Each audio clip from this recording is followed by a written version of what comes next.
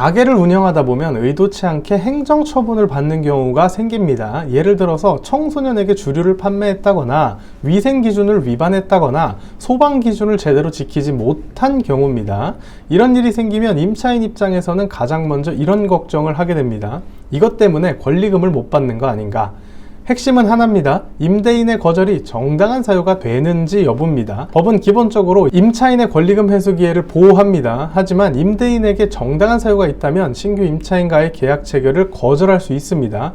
결국 행정처분이 있었을 때 가장 중요한 문제는 그 처분이 임대인의 거절을 정당하게 만들어주는지입니다. 먼저 권리금 회수가 어려운 경우부터 보겠습니다. 법원이 가장 엄격하게 보는 것은 임대차 관계의 신뢰를 깨트릴 정도의 위법행위입니다. 대표적으로 성매매, 불법 도박, 범죄 영업처럼 건물을 범죄에 사용한 경우가 그렇습니다. 이런 경우에는 임대인이 즉시 계약 해지를 주장할 수 있고 권리금 회수 보호도 사실상 인정되기가 어려울 수 있습니다. 또 하나는 청소년 주류 판매처럼 법원이 매우 중하게 보는 위반입니다. 특히 영업정지나 허가 취소 같은 중대한 행정처분으로 이루어진 경우에는 권리금 회수를 인정받기가 매우 어려워집니다. 반복적인 법규 위반도 마찬가지입니다. 예를 들어서 소방법을 계속해서 위반하거나 위생 문제를 여러 차례 반복해서 발생시킨 경우에는 단순한 실수가 아니라 임차인의 관리 의무 자체를 위반한 것으로 평가될 수 있습니다. 이렇게 되면 법원은 임대차 관계를 더 이상 유지하기 어렵다고 볼 가능성이 높습니다. 반대로 회수가 가능한 경우도 있습니다. 행정처분이 경미하고 회복 가능한 수준이라면 충분히 다툴 수 있습니다.